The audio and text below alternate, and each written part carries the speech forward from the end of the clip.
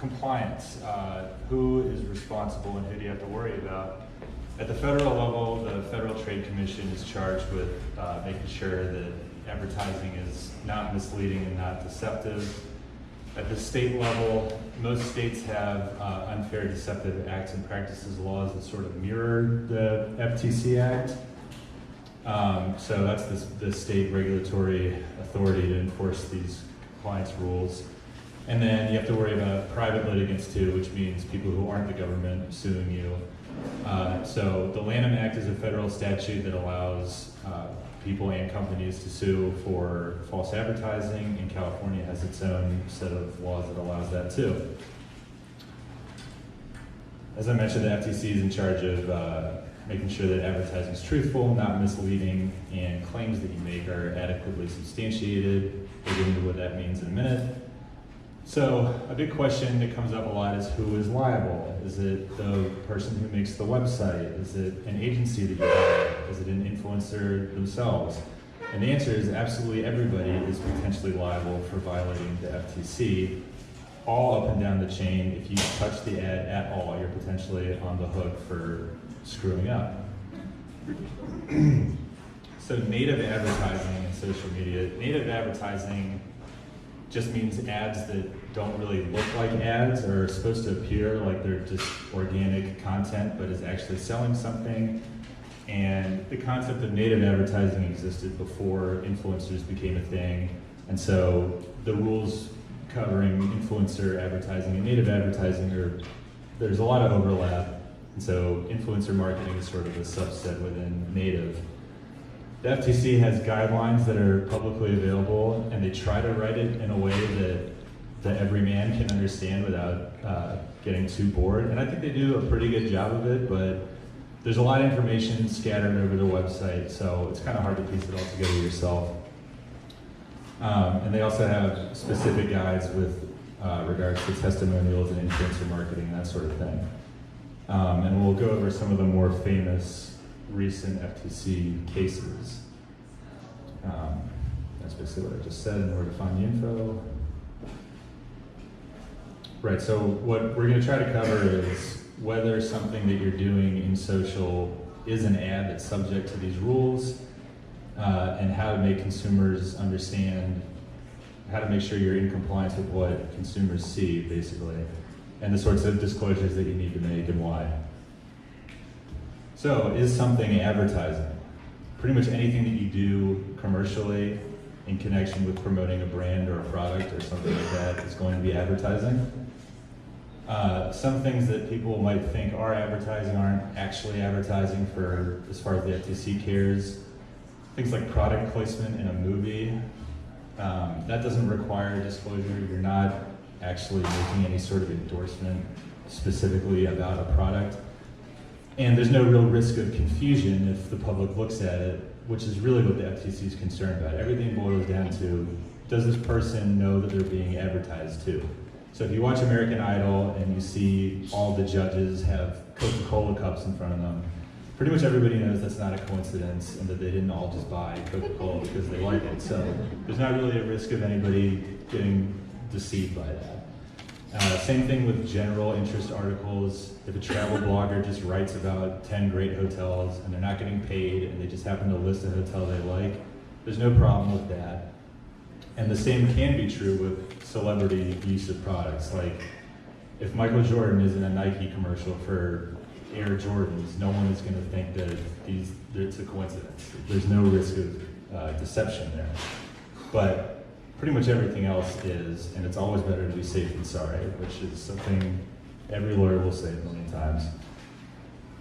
So determining whether a consumer knows what you're doing is advertising.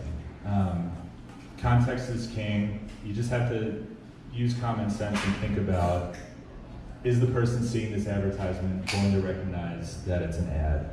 And it's fact specific, and you kind of just have to use your judgment. And these are some examples that kind of could go either way. And I think a good policy is if you're confused as to whether what you're doing is advertising and you might need to make a disclosure, then you probably should err on the side of caution. For influencers, the answer is almost always no, unless there is a disclosure, which is why this is such a hot area.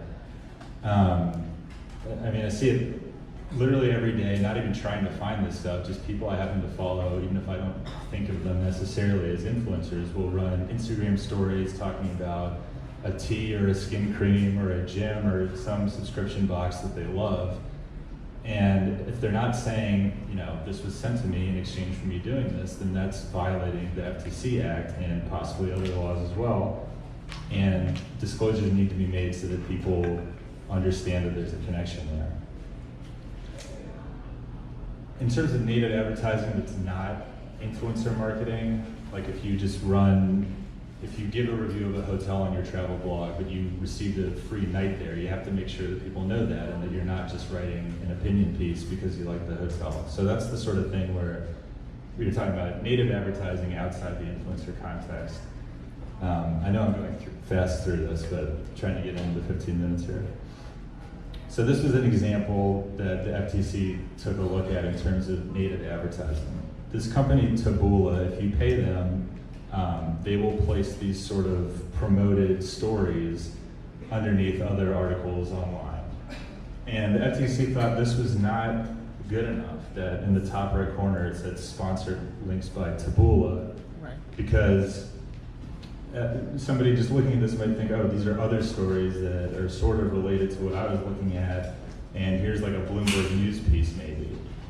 What they wanted Taboola to change it to say was, instead of around the web, in bigger font, paid content, and ideally there would be a disclosure about who is paying for which link to be put there so that nobody's spending time being advertised to without realizing it. Claims you can make in terms of native and influencer advertising, it has to be true, and an influencer cannot make any claim that the company could not make itself, and everything has to be supported. And the support that you have to have ready can vary by industry. If you're in the supplement industry or the pharmaceutical drug industry, there's a lot more substantiation required with scientific evidence and that sort of thing. But basically, if you can't point to something that backs it up, and you're making a claim about your product, then you're setting yourself up for getting in trouble.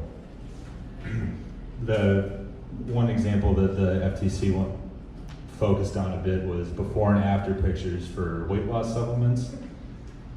If you have one person that lost 40 pounds in 2 weeks, it's not enough to just say, results not typical. You have to actually say what the typical result is beneath that and explain to people. So yeah, results may vary is not enough anymore.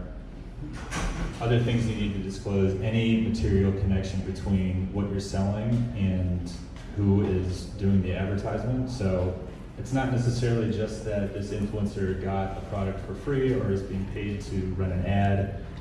If you are an employee of a company, for example, there was a FTC case involving PlayStation Vita, I think was the console, and PlayStation employees were tweeting about how great the Vita is without disclosing that they worked there. So that's the kind of material connection that the FTC cares about. Or if you're a family member of the company, or anything that could potentially influence your opinion of the product that somebody might want to know about, that would affect their decision to trust your review.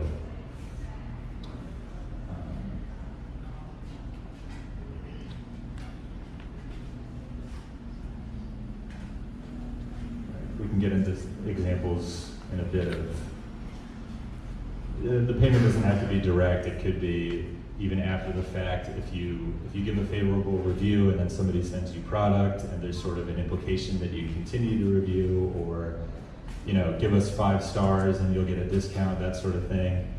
Anything that you can think of, basically, that could potentially affect someone's decision to trust a review or an endorsement, you need to have a disclosure there explaining it to people.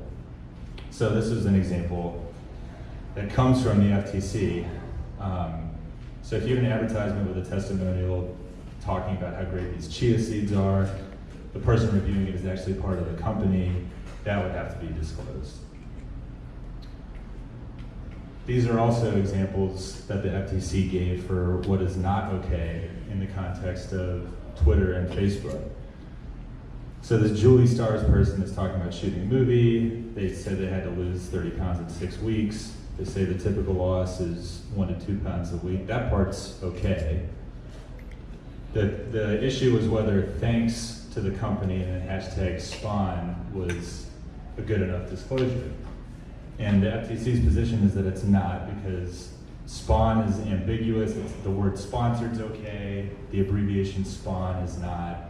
I think savvy people would understand what that means, but they want you to take the position of, you know, your grandma's on Twitter for the first time, or maybe your grandma's really technically proficient, I don't know. But you want to make sure that that person can clearly understand that this is a commercial.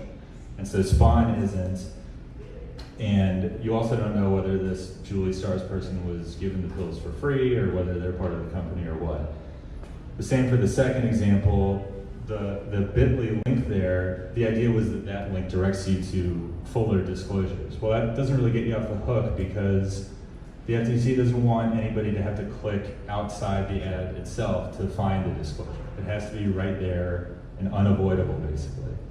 And so even putting the word disclosures in the bit.ly link is not enough either. They want it all in the tweet, if at all possible, or hashtag sponsored or hashtag ad, or they have a list of hashtags they think are okay. So the summary of what makes a good disclosure as far as the law is concerned: prominence, presentation, placement, and proximity. And it's basically what I said about making it unavoidable and unmissable, and right there in the ad, whatever the connection is has to be disclosed there. Right, so hashtag ad, hashtag sponsored, hashtag contest, those are all okay. Just hashtagging the name of the company is not enough. Just tagging a company in a post is not enough. And it varies based on the platform that you're using. Videos need to have an audio component in case somebody's just sort of absentmindedly listening while they're doing something else. They want the disclosure repeated throughout the video. If it's, you know, a 10-minute YouTube video, maybe every 3 minutes or something like that. It's not really a bright line rule of what every single post has to have, but that's generally the guideline that they want. Let's see, did I already talk about this? Yeah, even if use of free products still needs to be disclosed, especially if it was in exchange for some kind of review. So this was a recent example of the FTC going after Warner Brothers. Warner Brothers released a game based on Lord of the Rings and sent it to this guy, PewDiePie, who I'm sure most of you are familiar with. And they gave it to him to review and paid him to do it. And obviously nobody told PewDiePie what disclosures are required. So there wasn't a disclosure in the video itself. He didn't make any mention of the fact that he was reviewing it for Warner Brothers. But if you clicked more on this YouTube description and scrolled all the way down, he says, down at the bottom, this video is sponsored. No one reads this anyway. What are you doing down here? The FTC really didn't like that at all. So Warner Brothers, they entered a settlement with Warner Brothers where Warner Brothers had to agree to, there wasn't any financial penalty. There would have been if they didn't agree to a settlement, but a lot of the times the way the FTC settlements work is it's injunctive relief. You agree not to do it again. You agree to have a new policy in place, and it's basically public shaming, which is what happened to Warner Brothers here. Sort of similar thing happened with Lord & Taylor. They had released this paisley dress that they really wanted to promote on social media. And so what they did was they paid 50 different influencers a certain amount of money to post photos of themselves in the dress. And they also had this publication called Nylon run an ad about it without disclosing that it was sponsored by Lord & Taylor. And there were no disclosures on the part of the influencers either. So this was an example of one of the posts. Did they have a hashtag? I think they just tagged Lord & Taylor and used the hashtag Design Lab, which is the arm that produced this dress in the first place.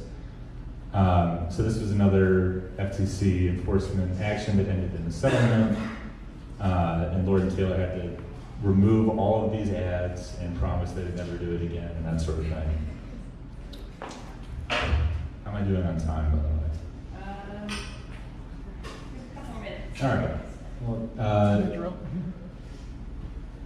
Kohan did the same sort of thing. This was running a sweepstakes, which is its own can of worms. The idea was if you hashtag Wandering Soul with a picture of a shoe you bought from Kohan, then you're entered to win $1,000. That's the kind of thing that needs a disclosure. There was no disclosure, and so there's the same kind of result.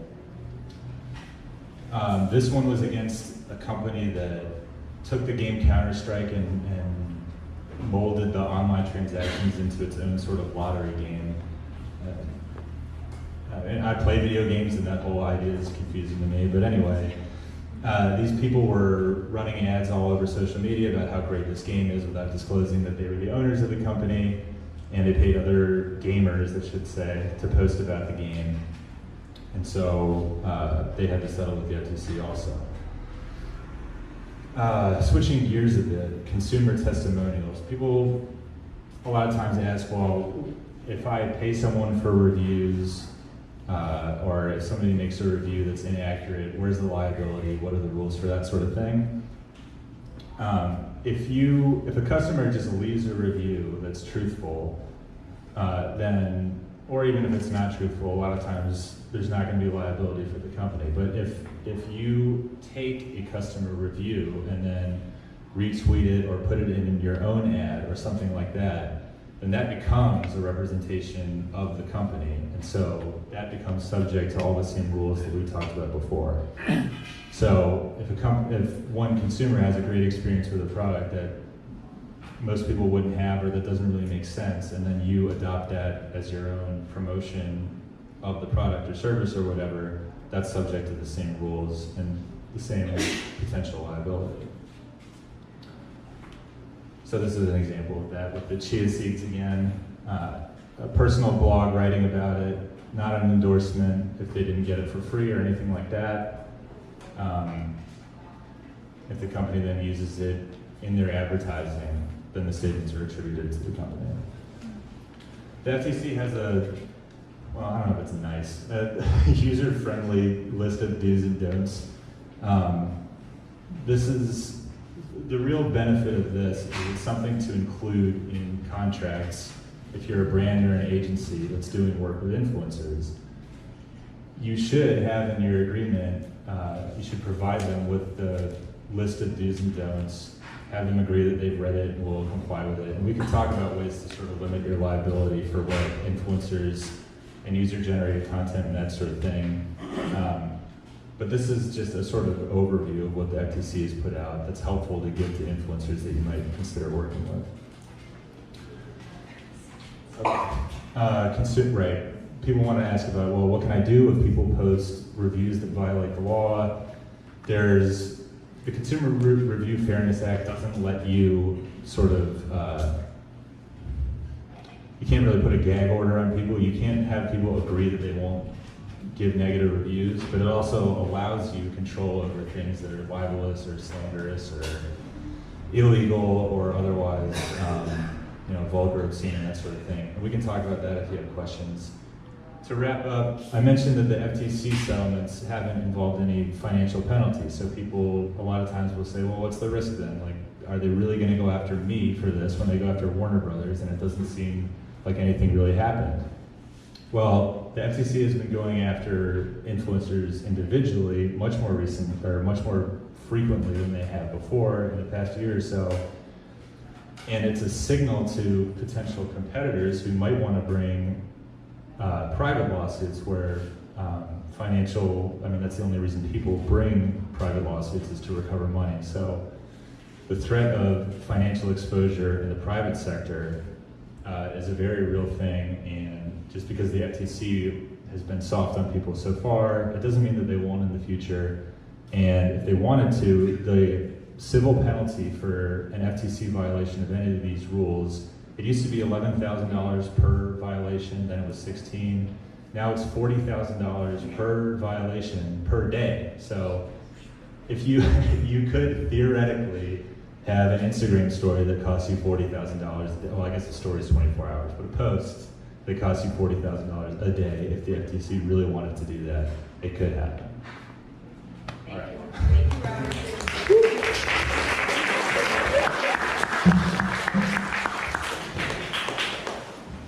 Give me a second to pull up Rebekah's prezo. Thanks for joining us, Rebekah.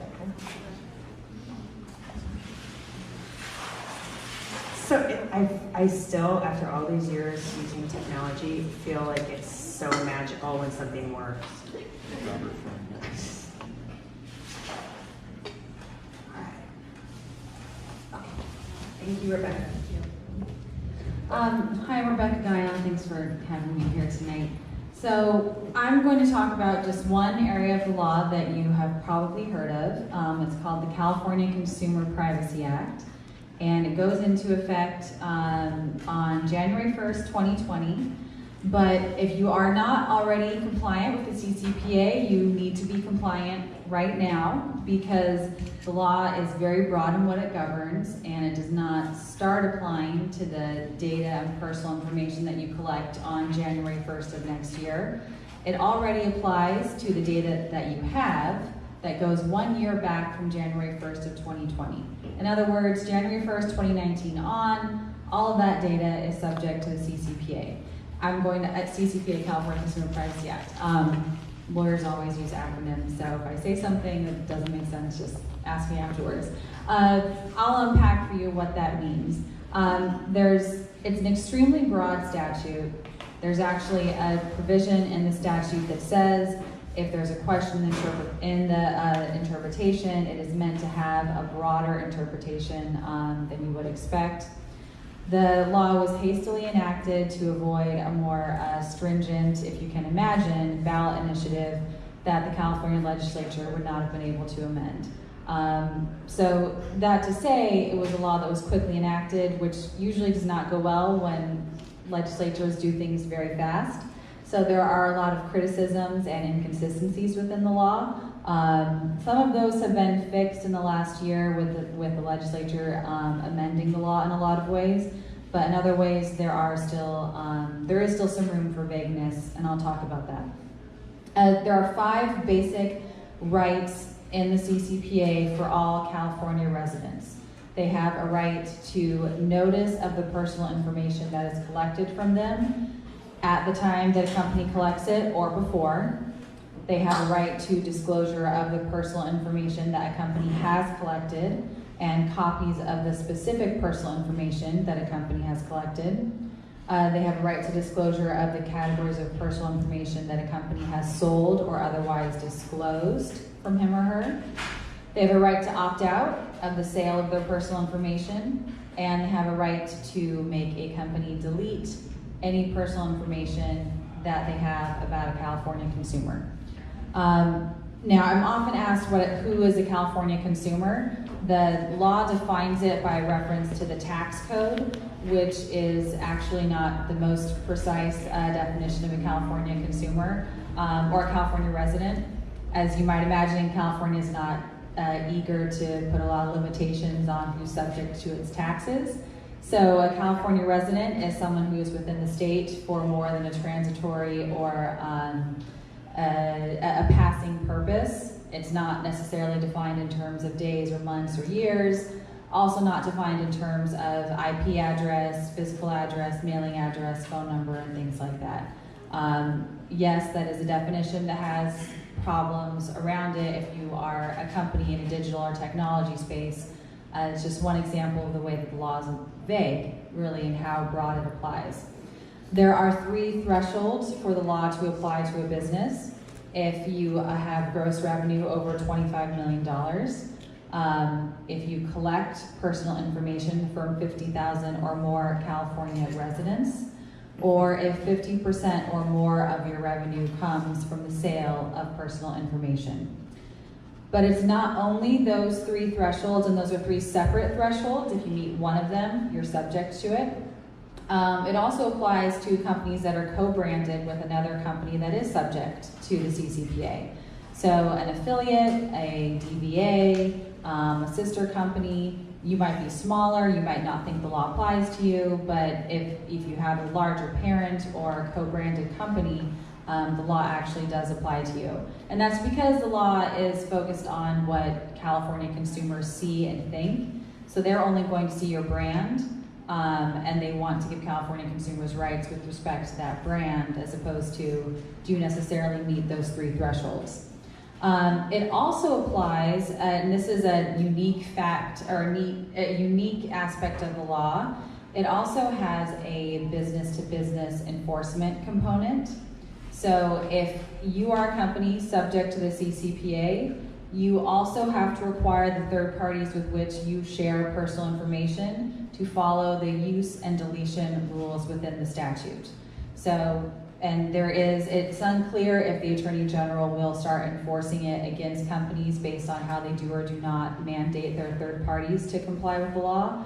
But as a best practice, you should make your third parties with who you share data comply if you are complying with it. Now, I mentioned the law is extremely broad. It is extremely broad in its definition of personal information. Personal information is any information capable of being associated with or that could reasonably be linked directly or indirectly with a particular individual or household. Household is not defined. Great news. But this definition, as you can tell from the way it's worded, it is very broad, it is vague. What it means to be capable of being associated with is not defined. Indirectly or directly linked is also not defined. And it's important to keep in mind that the statute does not limit itself to a personal identifier.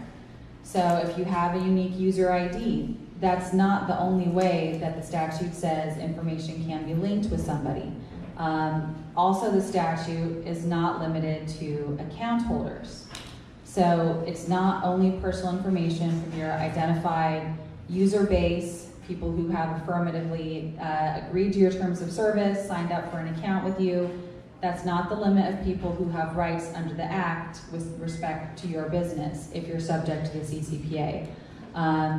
It really is intended to encompass personal information even if companies don't necessarily know or intend to have it. So it requires companies, and our clients are seeing, they have to do kind of a data audit to see where are they getting personal information. Can they link that with somebody specifically?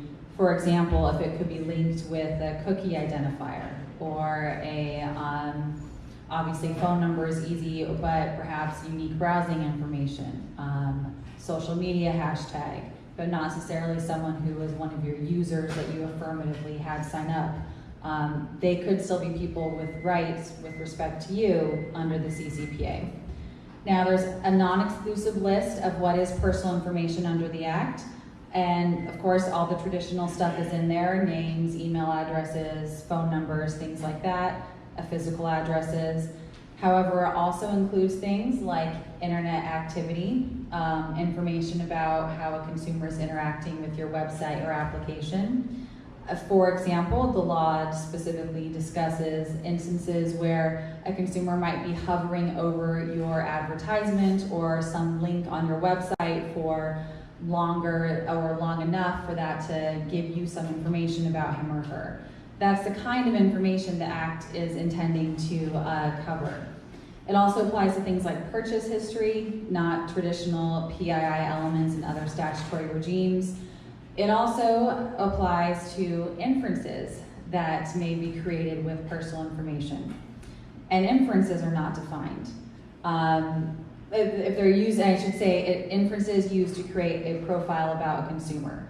Probably what that means the law is getting at is if you collect information and are building a profile to try to guess what kind of targeted advertisements to sell about this consumer or to direct to this consumer, that kind of profile that you're building, even if it's not all specific pieces of information that the user provided to you, that will be considered personal information under the Act.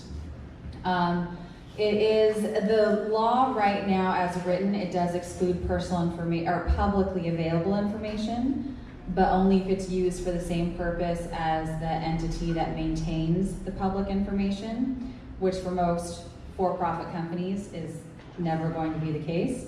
But there is an amendment right now that Jerry Brown is expected to sign that would just simply make publicly available information not subject. Wait, don't you mean Gavin Newsom?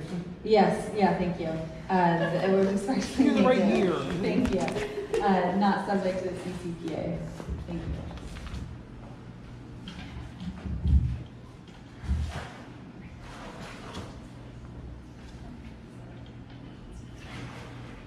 Do you have a Twitter address?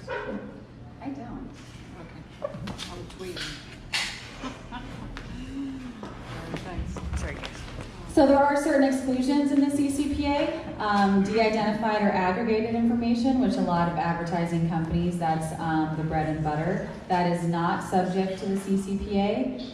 However, it is only not subject to the CCPA to the extent there are actual technical measures in place that prevent re-identification of de-identified information. Now, exactly what that means, again, is not defined. It will probably vary on a business-to-business level, but that does require some level of back-end engineering infrastructure to make sure that it's more than, really just having a hashed ID or, a scrubbed data set. You have to actually have something in place that will really make it very difficult for someone to get in there and put that information back to be identified with somebody, with a particular individual. The law also excludes the collection and sale of personal information if it occurs entirely outside of California. However, if you have personal information about a California resident that you collect about them while they're in Minnesota, but you store it while you're within the state, then that is subject to the statute as well. So not an exception with a whole lot of meat for California-based companies. Now I'm going to get into some of the specific requirements, and I'm probably going to go a little quickly just in the interest of time. If you have any questions afterwards, feel free to ask me. So the first requirement is a company has to disclose personal information that it has collected about a consumer in response to a verified consumer request. Now, remember I mentioned that statute is not limited to your account holders, but if you collect personal information about a California resident, and after January 1st of 2020, he or she asks you, give me all the personal information you have about me, you are required to provide that. It's specifically the personal information that you collected or sold or disclosed about that person, the sources from which you received that personal information, the purpose for collecting it or selling it, the categories of third parties that you provided it to, and a specific set of personal information actually about that consumer.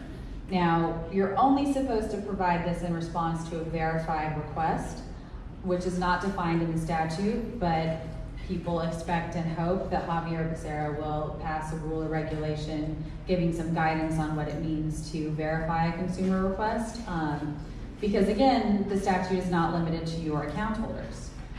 There is an amendment right now that is expected to be signed that would, it basically says the way that you verify a consumer request can be consistent with the context of your relationship with the user or the consumer.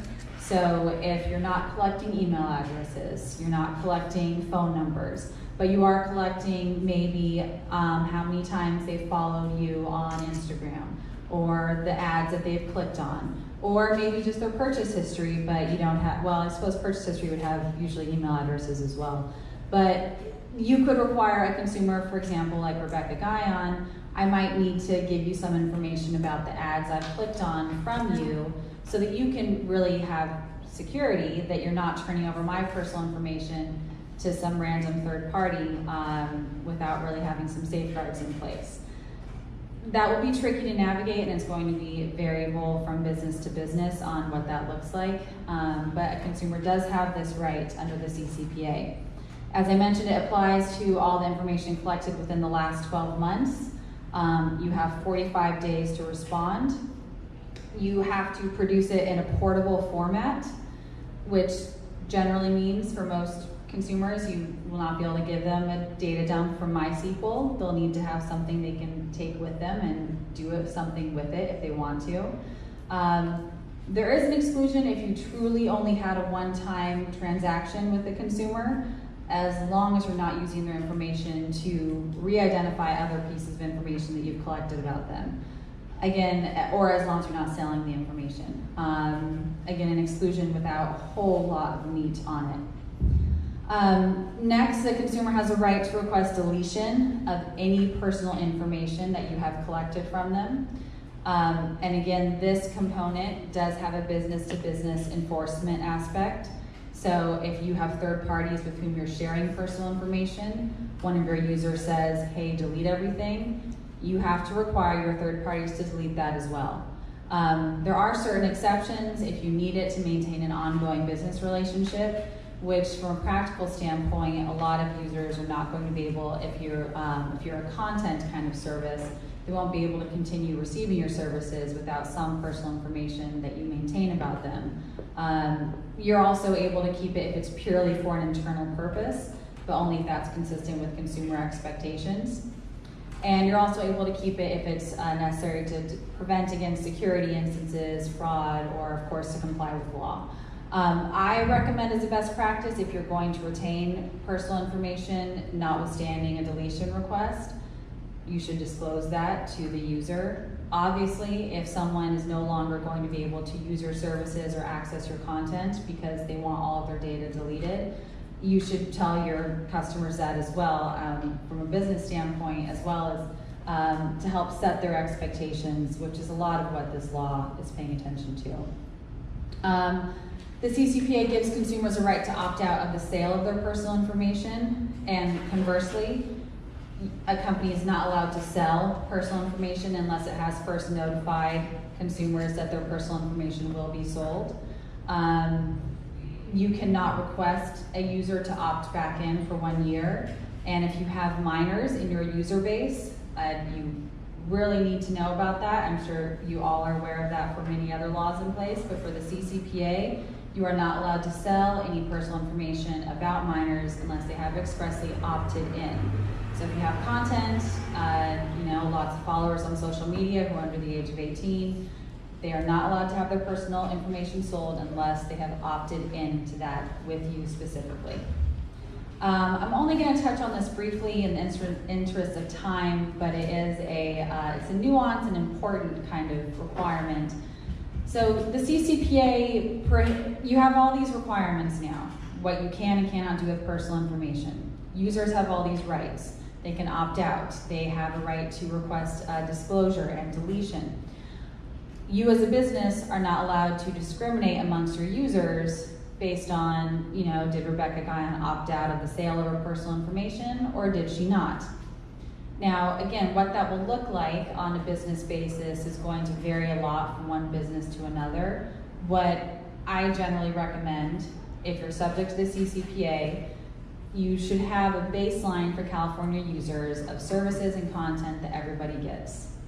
If they provide more than that, then the law allows you to provide some enhanced services that are equivalent to the value of consumer information that you're getting. But you'll need to notify people. Hey, if you give us more content, for example, give us your email addresses, this will open up some more material on our platform or allow you to have more services, access to more content of whatever means it might be. That's allowed under the statute. But you can't discriminate on a baseline level amongst people who say, I don't want you to be able to sell my personal information. Obviously, in the case of deletion, as I said before, you'll need to have an upfront disclosure if no one can use their services or use your services because they want to have all of their personal information deleted. So let's see, just a couple more to go over quickly. This is where there are required consumer notices under the CCPA. This has to be on the front end. There's the back end component we talked about de-identification. But this really has to be up front and center for all California consumers. First, before personal information is collected, California residents have a right to know what information is being collected and for what purpose. And a company cannot use it for a different purpose unless that has also been disclosed. Also, there is a specific link. It literally is that language that I have there. Do not sell my personal information. That has to be placed on all web pages or other location where personal information is collected that notifies California residents of their right to opt out of the sale of their information. And lastly, this is similar to the GDPR, but it is a California-specific requirement. If you have California residents and are subject to the CCPA, you have to have a California-specific privacy policy that discloses all of their rights and opportunities to opt out and right to deletion under the statute. Last, you have to have customer service representatives who are trained and knowledgeable in the CCPA, able to respond to consumer requests under the Act. I'll just quickly go over this because I know I'm just about out of time. Good news in all of this, there is not a private, in lawyers' language, there's no private right of action, which means consumers can't sue you personally for not following the CCPA. Hopefully that's a big relief for most of you. The California Attorney General can bring enforcement actions. He has to first provide an opportunity to cure. So with the new statute with a lot of vagueness in it, there should be a little light at the end of the tunnel with that knowledge. Civil penalties are in place, but they're not as extreme as we've seen under other statutes. However, it is up to $7,500 for a violation for willfulness.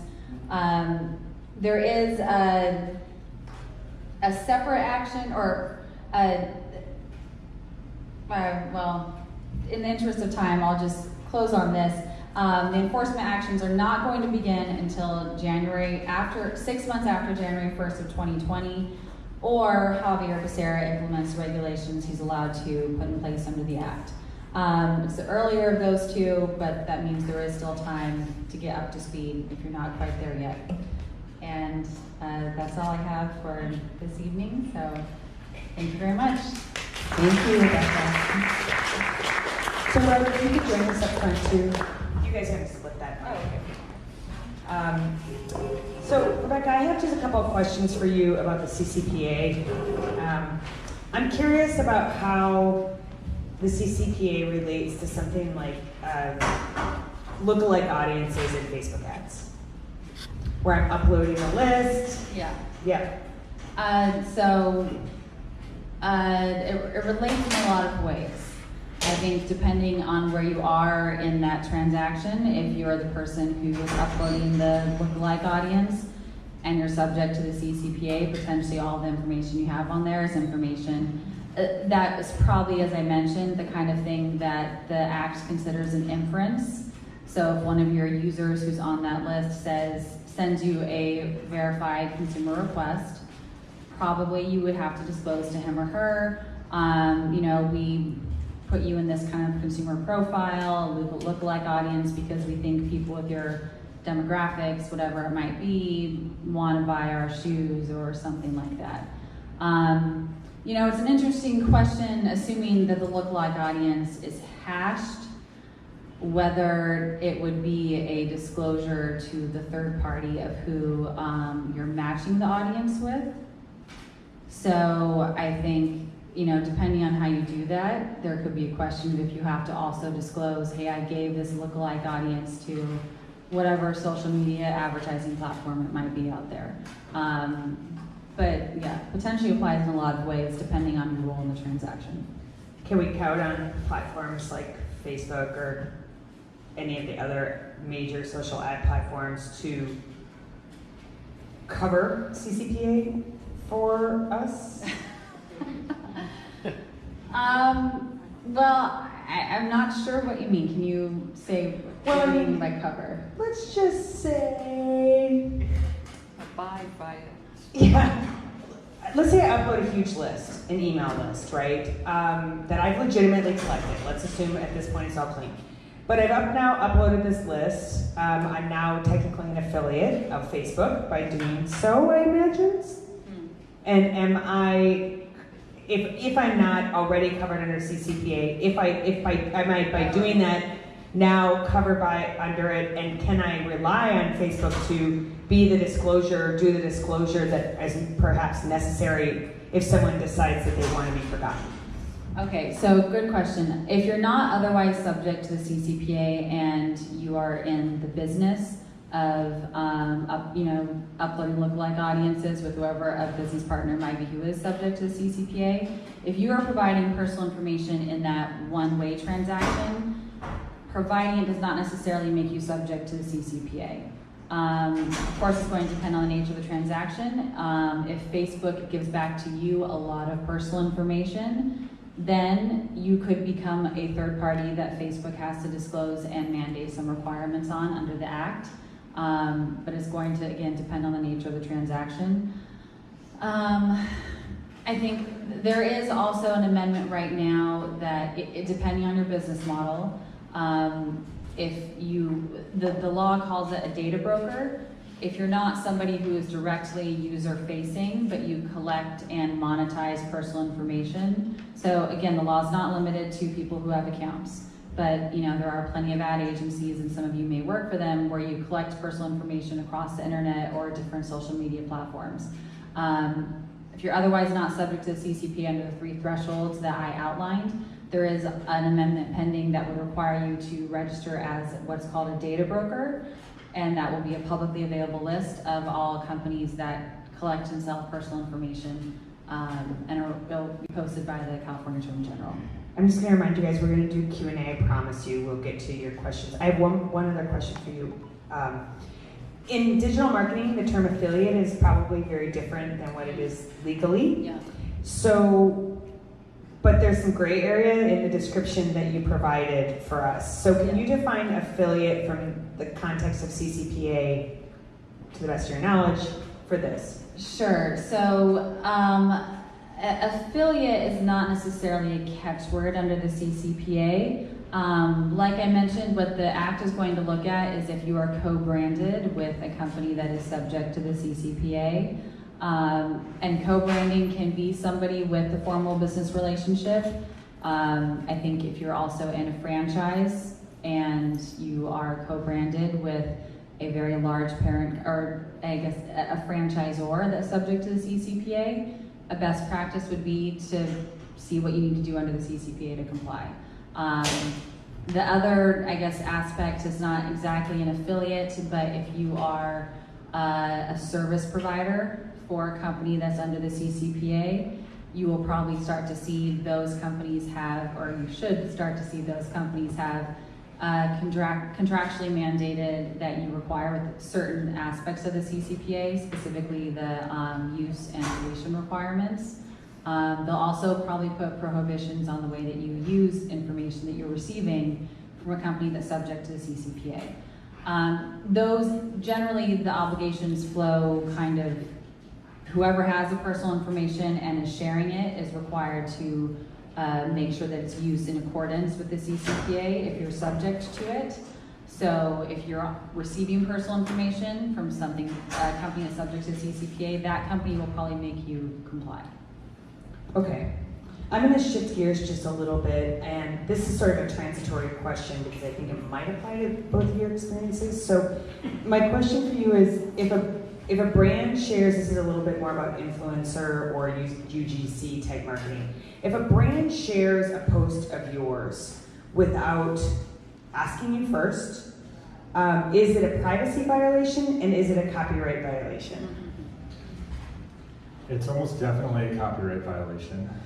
Whatever a user posts onto Instagram, you own the copyright in any media that you've created. If you're the original person who creates it, you have the copyright, regardless of whether you've registered it, which is a separate issue. So if somebody just takes and reposts your image, and it doesn't have to be a company that does that. If anybody who reposts anything you've ever uploaded to Instagram is violating your copyright. That doesn't mean that they can go after you for money, but it is a violation of the law.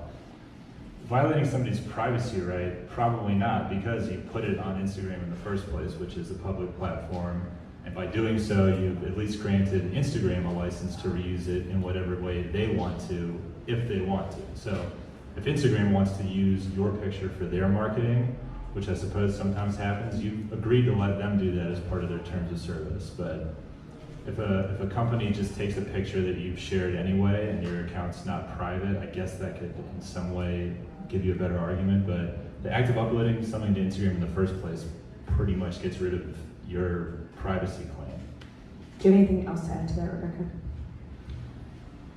Yeah, I mean, I think invasion of privacy has some nuances, and I think, you know, I completely agree with what Rob said. I think, not that I expect anybody, as a litigator, I have seen crazy instances. You know, I would recommend against, if your friend has her account set to private, maybe they DM you a picture of their kid, you take a screenshot of it, you share that, you know, that's a different context. Similarly, I think if there's a privacy setting on the account, and a brand reposts from that account, unless that person, you know, authorized the brand to be one of their followers, then you probably have at least questions around that. So I would cancel against it. But it's a very the privacy is a very context-specific question, absent, you know, being a completely public account on Instagram where you agree that your content is no longer yours after you upload it. In that same circumstance, does it matter if the post from the brand perspective is just organic or advertising? Does the law make a distinction between organic content and advertising content? I mean, I think for a copyright or a privacy claim, if you are making money off of somebody's content, you are more likely to be in trouble. So probably if it's advertising, the more likely it's advertising, the more likely you have a problem. But Rob. I thought of an issue that you might be getting at a little bit is Reddit publicity is sort of related to privacy. If you take anyone's likeness, which means, you know, their picture or their signature in some cases, or some depiction of them, and use that in connection with any commercial purpose. So if you're like a small swimsuit brand on Instagram and you're going to influencer models' pictures, and maybe you see them wearing a similar bathing suit or whatever, and you post one of their pictures, this happens a lot, and people will just tag the model in it and think that's okay. But it's not, because you're reusing their picture for the purpose of driving a sale. In California, there's an extremely consumer-friendly law that protects people from that. You don't have to be famous. It could be if anybody uses your picture to sell something. There's a guaranteed minimum penalty of $750. It goes up from there if you can prove what the value of your face is worth. There's a case where some company used Dustin Hoffman's picture to promote something, and they had to pay $1.5 million because of that. Just one picture. But it's a sort of unique statute in California because you also get your attorney's fees if you have to sue someone over it. So, and that's pretty rare. So you're guaranteed $750, and if somebody doesn't want to cough that up immediately, you'll get more than that, and your attorney paid for it. So using other people's pictures to sell something is a huge no-no in California, and a big opportunity for lawyers to make money if people want to do something about it. I'm going to ask you one more question, then we are going to open it up to the audience. So along those same lines, and I think this sort of crosses into privacy and copyright and maybe even fair use to some degree. What about gifts, right? So you're a brand, I'm ABC company, and there's a well-known GIF out there, and I share it on my page, but that GIF happens to have Brad Pitt's face. Am I risking, think about it from the social media manager's perspective for just a minute. All this content is flying around all the time. Everybody loves it. I need to create some excitement on my page. I share it. I haven't run it through anybody with a law degree. Yeah, what that's happens? potentially a big problem. There's a couple of issues there. If you didn't create the GIF yourself, then it's a copyright violation, and whoever made it and is paying attention could give you some trouble for that. Definitely using Brad Pitt's face, that's like the Dustin Hoffman situation. You're just asking for trouble. And people have gotten in hot water just tweeting at celebrities without being asked to. Like if Wendy's tweets at some, I can't remember who it was. It might have been Pharrell that got involved with this. Arby's? Right, yeah. that's using their likeness, and people will think, oh, Pharrell's connected with Arby's, and so that's how you get into the right of publicity issue. So the Oh, GIF wow. situation is definitely problematic for a bunch of reasons. Rebecca, do you have anything else to add? No, yeah, I agree with that. I mean, I think you're the same problems, and yeah, I don't recommend it. All right, we're opening up to audience questions. I know you had a question, right? So just on the aspect of social media accounts collecting their data, how do you put the stipulation for that for the CCPA? Where do you put that on like Facebook and Instagram so that people know that they can report and then contact accordingly? So you are on Facebook or Instagram, is that right? And you're like marketing on there, is that right? You know, you can do it in different ways. You're probably going to want to have something on, so remember the disclosure has to go if you're collecting personal information at that location. So it's going to depend on your business model. If someone who clicks on, for example, on Instagram, someone who starts following your account, you probably want to have a disclosure embedded somewhere where they'll see, you know, that their personal information will start to be collected, and then you can put the link there. I think on Instagram, you know, it's been a while since I followed somebody new, but I think like, it usually takes you to their page. So you could have that kind of, you know, little description underneath the photo about that, right? You know, on Facebook, it's probably easier to put that link in a number of different places, or even in the post itself. If it goes to a website and the claim is there, is that okay? Better, and I think consistent with what Rob said, if you are collecting personal information before the website, you should have the link before the website. And I mean, I guess is Instagram and Facebook, is that considered collecting personal data because they're following you or liking you? You have their username. Is that personal data that you technically should disclose that you have? If it's information that, you know, if once someone clicks on you, if you are starting to collect information, I mean, it probably is. The law is intended to be broad. You know, you get their user information, you get the fact that they follow, you know, whatever brand it is. That's information associated with the California consumer. I'm interested to hear from both of you at an elevated level. I mean, hearing about the CCPA seems like a draconian knee-jerk reaction to Cambridge Analytica. Is this sort of, you know, a posturing at the state level to try to force national compliance? Do you think Silicon Valley is able to somehow weaken state consumer law and preempt this thing before it comes out? And I know you don't know the answer, but I'm interested in your opinion on it. So a lot of, other states are looking at passing laws similar to the CCPA.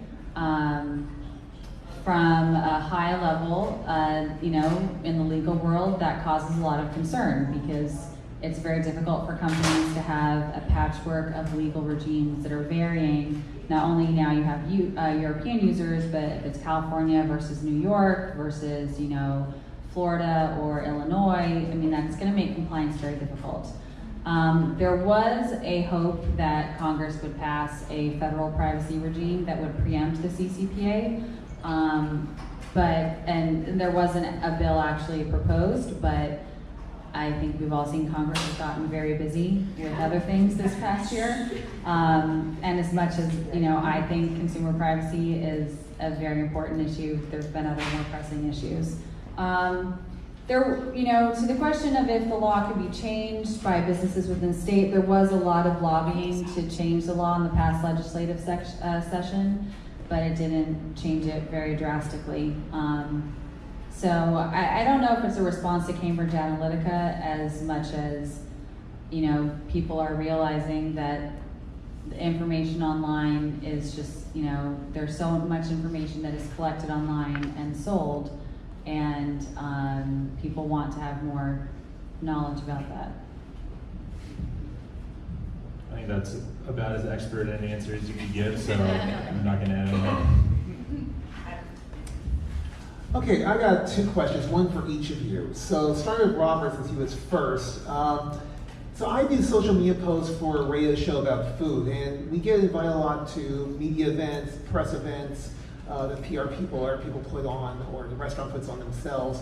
We go there, we get dinner, we post pictures. No money changes hands whatsoever, never has. But at that point, are these posts considered ads or not ads? So what's the nature of the post? What kind of? So basically, let's say, for example, I'll give you an example. Like 2 weeks ago, I was in downtown LA for a dinner that the restaurant's put on to promote their new menu. We were comped. Again, no money changing hands whatsoever.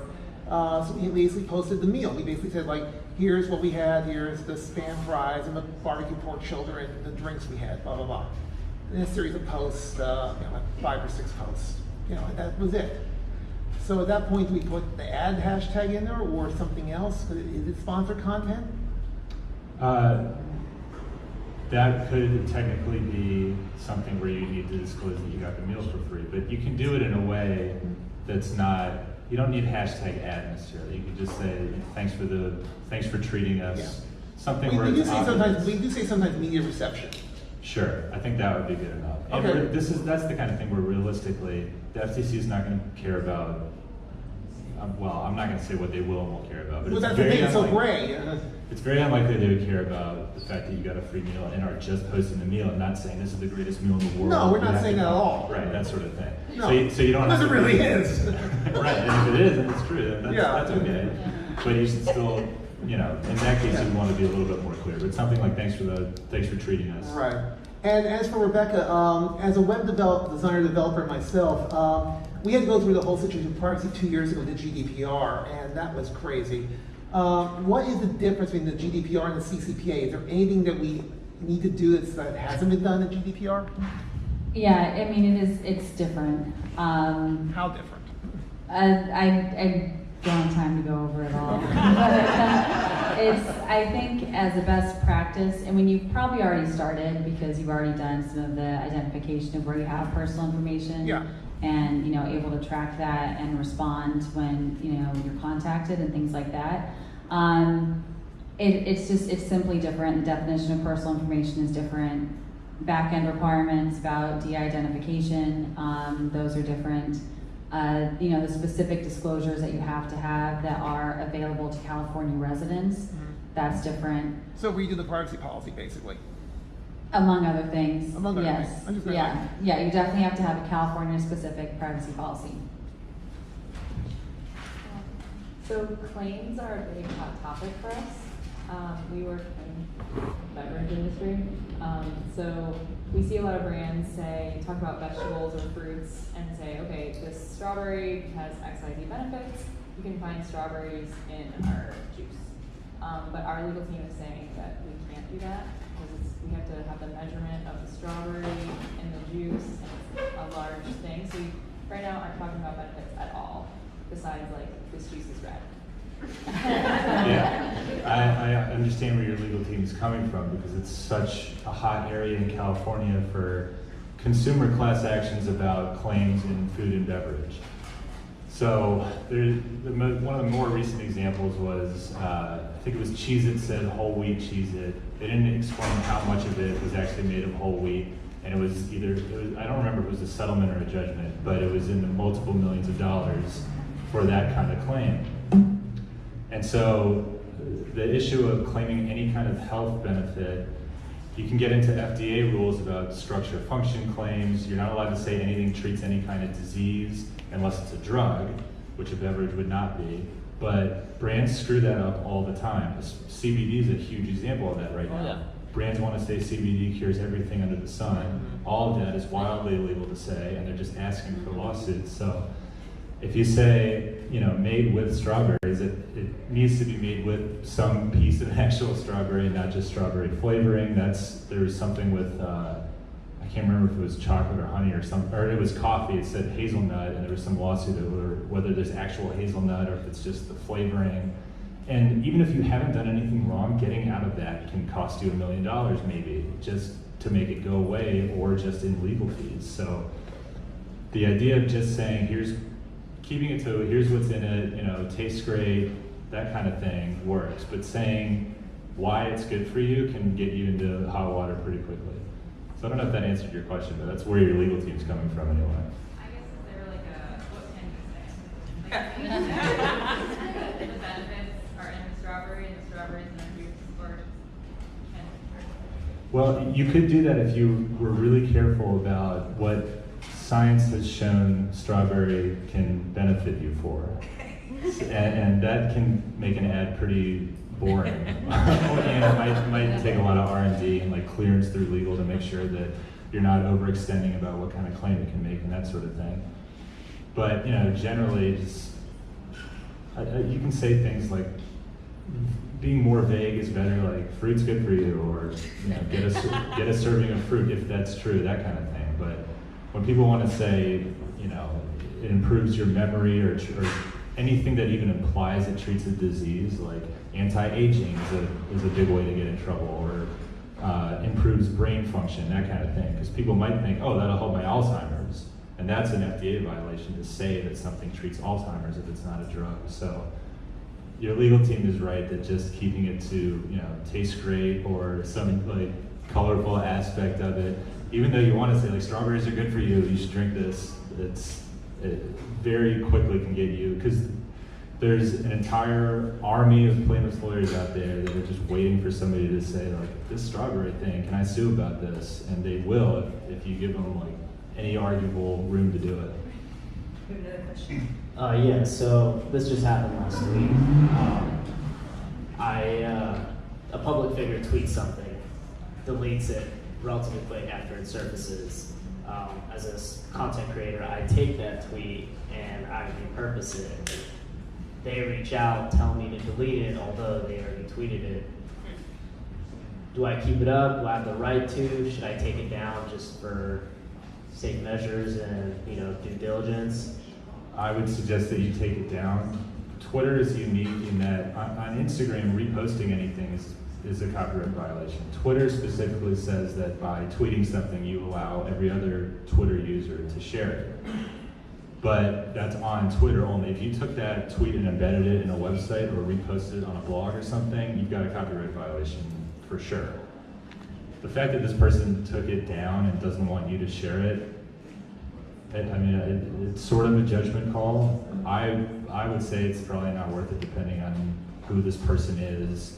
Maybe see how far they've gone with other people in the past if they have. See if they've sued anybody before is something I would do.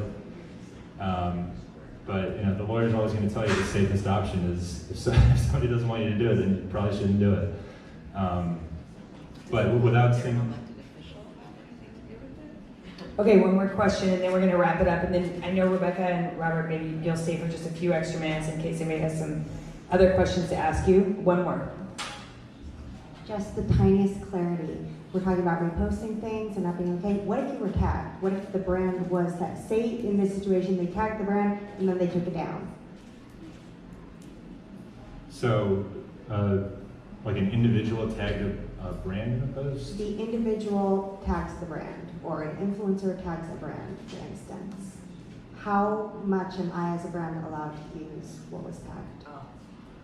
Oh, I see. If you just leave the tag up there and don't do anything with it, then you're probably not, whatever they said is you're not going to be liable for it, probably. If you retweet it or repost something that somebody tagged you in, then you're adopting whatever they're saying in it. So if somebody tags your strawberry drink in it and says, this cured my back pain or something like that, and you retweet, this really happens. People do this and get in trouble for it. If you were to do that, then suddenly you're making claims about treating back disease and things like that. So that's where the risk is. Jimmy? No, that's perfect.